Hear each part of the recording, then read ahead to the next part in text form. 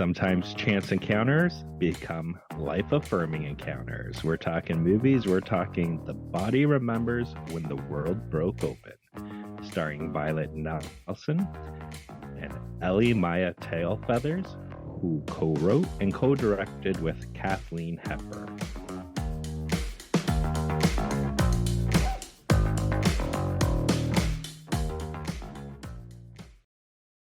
Hey, everybody, and welcome to this week's episode of How'd You Like That Movie? We're going to be doing something a bit different. We don't do a lot of experimental or documentary films, but today we're going to be talking about The Body Remembers When the World Broke Opens by Elle-Máijá Tailfeathers and Kathleen Hepburn. This is a very interesting film about two Indigenous women that come together on the street after some domestic violence. It's shot in extremely long takes. On 16 millimeters. So Scott, let's just jump right in here. And what are your first thoughts on this film? Yeah, well, before we get into it, I just want to highlight a point you just said. I just want to give the cinematographer Norman Lee props with the system he orchestrated in called real-time transitioning. Even though throughout this film there is 12 cut points, it really does seem like this film was shot as one continuous shot, which I think you, as a director, fucking nerd. Yeah. No, well, but yeah, it is pretty interesting because obviously, what was the one we watched a couple of years ago? What was the war one? Oh, what's it called? 1918. Yeah, Sam Mendes, that one they threw in the CGI to kind of cut, right? So you wouldn't really see it. But this one, obviously there's no CGI. It's impressive how they did it. I'm pretty sure he won an award as well. Yeah, he won the Canadian. He definitely won the Canadian Screen Award for cinematography that year. Yeah, so there is 12 hidden cut points. The fact that they used 16 millimeter film, it meant they only had 11 minutes per canister.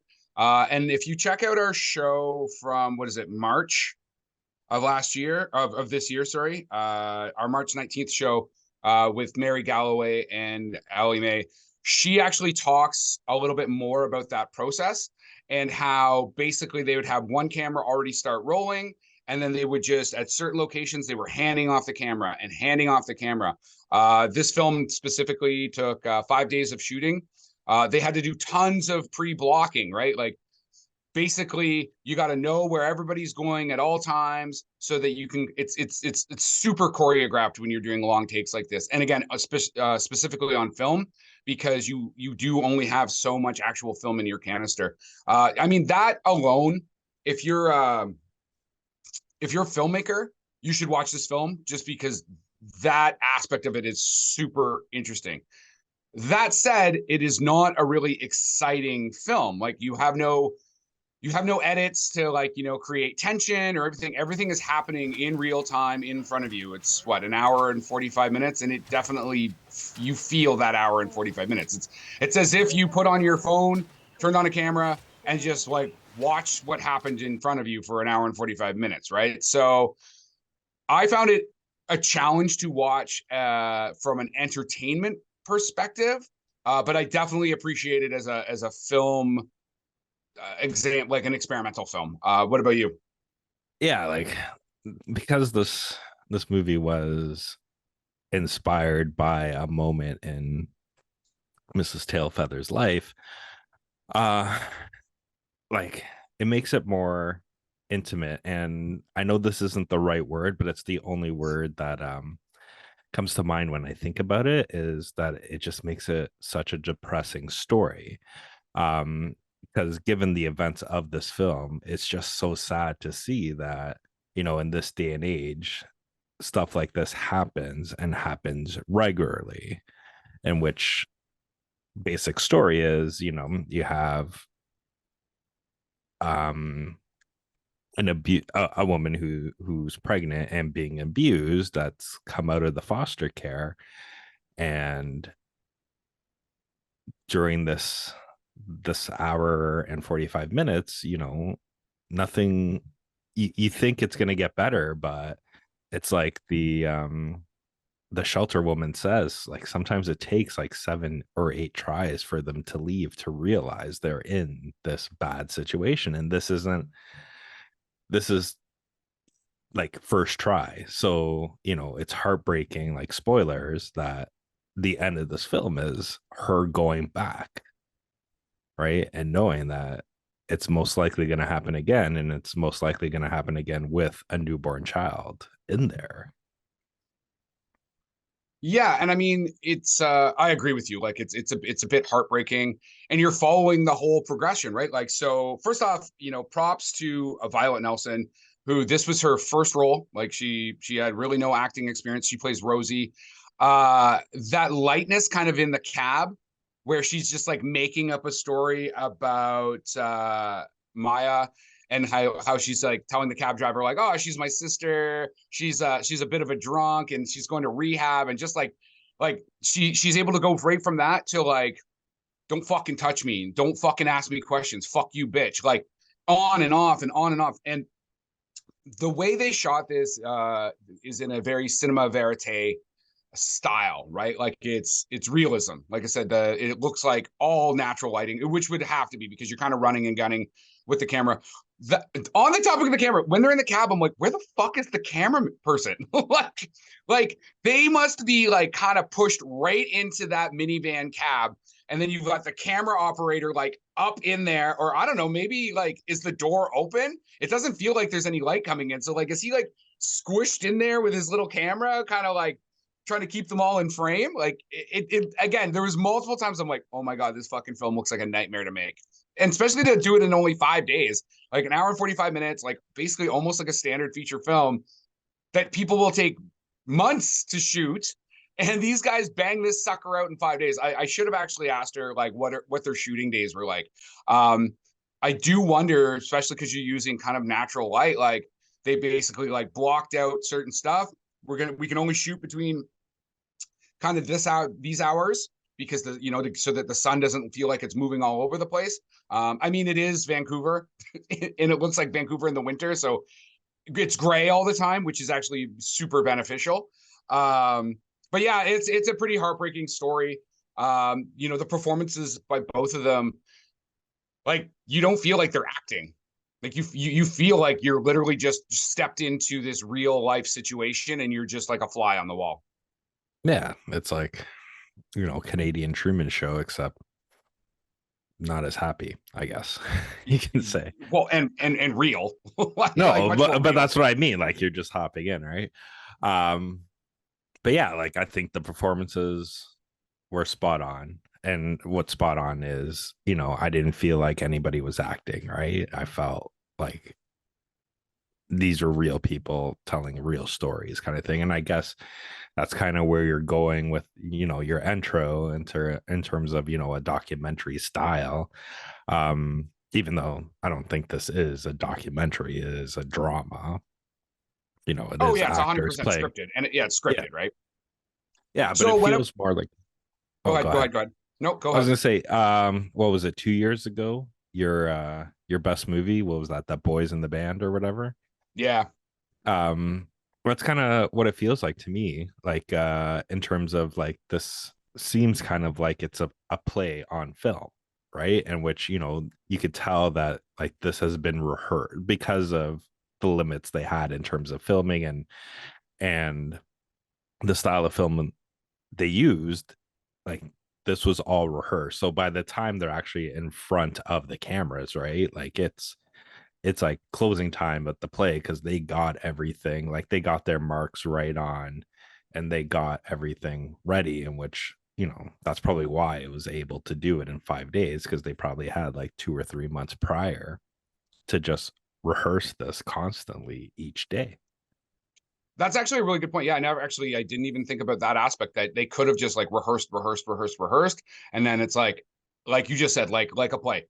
It's opening night and let's go. You know what I mean? And away they went. When I was just doing some of the background on this, so Kathleen Hepburn had another film called Never Steady, Never Still, which when I was looking at the cast, it turns out like Mary Galloway had also been in that. And then the cinematographer also worked on that with her. And so you've got these people like kind of all working together. And then Violet Nelson went and worked on Night Raiders with Ellie as well, right? So there's this like little kind of group of filmmakers and actors. Actually, I mean, but Mary is also a director as well. So they're all kind of working on all these projects and with all this overlap, which it's always kind of cool when you start like looking at a film and like who worked on it and what other projects have they worked on and like what other connections that these people have. You know, it really speaks to the collaborative nature of like film and the film community here in Canada. Like, you know, you find a good group of people and you tend to try and work with them as much as possible. Yeah. It's like a production company. I know Ava Mac, man. Like sometimes they like me, sometimes they don't, right? Like I don't know what I did wrong. Sometimes maybe good, sometimes maybe shit. You've been in 2 films. That's pretty good. One of them you paid for the privilege to do. Yeah, there you go. One I had to pay to help you out, and then like fuck it, all right, you can have a 5-second scene that's probably gonna get cut in the final cut. Yeah, give it time. You asked. No, it's in the film, and so is your daughter. So kudos to her. So do you recommend this film? Like, I mean, how did you find it a tough watch? Well, that's the thing. Like, it is a story of technically, like, this is gonna sound like so fucking like I'm a newspaper critic, but you know, this is like the invisible struggle of the woman. Like, even watching the fucking pap smear test, I'm like, I don't know if I really need to watch this, right? But it was, and I think the reason why for me it was hard is similar to you. It's because they were so limited, right? Like, it is kind of the same shot over and over again, but you have to like kind of push that aside and like really like the story's in the dialogue, right? And you really need to pay attention to it to get what it's going. Now, saying that, like, this movie is number 30 out of 50 at CBC Arts presents the 50 greatest films directed by Canadians, which that alone is like a fucking amazing achievement. Do you think the fact that it's got 2 Canadian directors helps? Like, No, you know, kind of because if you bolsters look them at, up a bit? like, if you look at, well, number 1 is The Fast Runner. Number 2 is Sarah Polley's Stories We Tell. Number 3 is The Sweet Hereafter. Number 4 is Incendies by Denis Villeneuve. And then let's get to, you know, number 6 was Crash. That's actually on the topic of Sarah Polley, though. I'm surprised Women Talking is Women Talking on that list. I don't know. I didn't go through the 50. Okay, number 6 is Crash. Then you got like, then it gets interesting. Like, number 9 is In the Heat of the Night, right? Which directed by a Canadian, but I don't think anything else about it was Canadian. I other than the director, I would have not associated. That's a fucking amazing film, as we discussed on our show. Yeah, number 10's Titanic. Right? Oh, so Cameron, yeah. Yeah, and then number 11 was fucking Terminator 2. So I really do think Terminator 2 should have been above fucking Titanic. But, you know, we'll save that for another show. Agree to disagree with the CBC list. Yeah, but that's the thing, right? Like, when I started going through these, like, the top, well, I'm like, well, why the fuck is, you know, like, Crash in it? Or why the fuck is you know, Titanic in it and stuff like that? And I'm like, for it to be number 30, I'm like, oh, if they're just literally the whole basis of this whole shit was just you had to have a Canadian director, I think that is more kudos than anything, right? Yeah, that they ended up on a list with Terminator 2 and the Titanic and like Crash, like big films. Mm-hmm. So yeah, like, I think, you know, should you watch it? Sure, because, you know, like, you got to do the can. You got to support the Canadian product, especially, you know, with this run and gun kind of shoot where it was only done in 5 days. I support it, but yeah, like, you got to go in knowing like it's a hard topic, and it is like, you know, you're there for the dialogue and, you know, the story. Yeah, when it went to the Canadian Screen Awards as well, it won. It was nominated for 6, including Best Picture. It won Best Directing, Best Original Screenplay, and Best Cinematography. I should actually have gone back and looked at like who beat it for Best Picture that year, because I mean, to get those nominations and, you know, win for screenplay and directing, and then to lose out on Best Picture, that seems interesting. You know what I mean? Well, that is Canada. Like, we're not the Oscars where it's like, oh, if you got these 2, you're probably going to get the last one. We're just like, listen, you got 2. Let's be nice. Yeah, Let's we got to share the to... wealth. Everybody say sorry. Sorry, I took your award. Blah, blah, blah.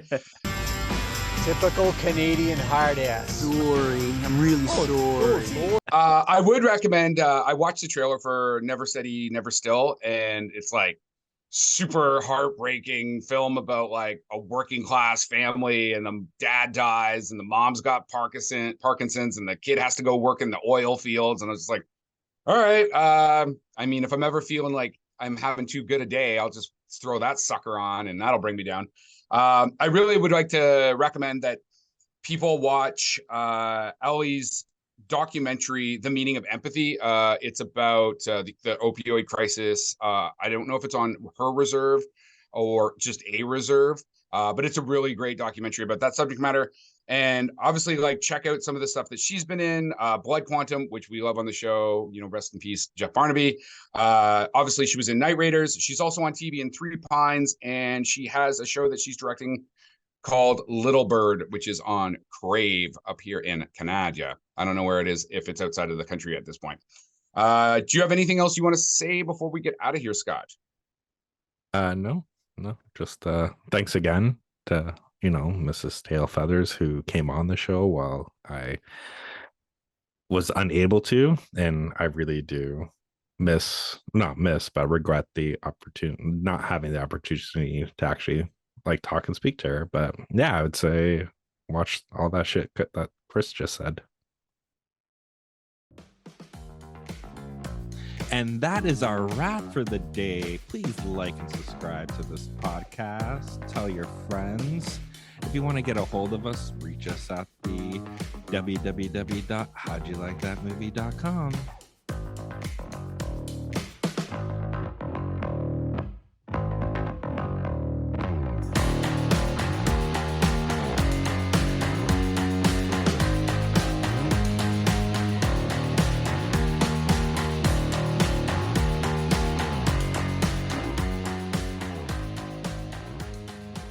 You know, for a fucking middle-aged white suburban man to go through this, I'm like, come on. I'm like, it was tough, but yeah, by the end of it, I was just like, you know, I think that's what kind of hooked me at the end, was like, just like, holy fuck, they're going back, right? Like, this isn't the happy ending. This is the sad shit. And I guess that little hook is what made me kind of be like, okay. And it's weird. But yeah, it was. When the kids ran in, I thought, oh, that's what's going to make her stay. You know what I mean? She sees the other mom, she sees the kids, and you're like, okay, so this is where we like get back on track.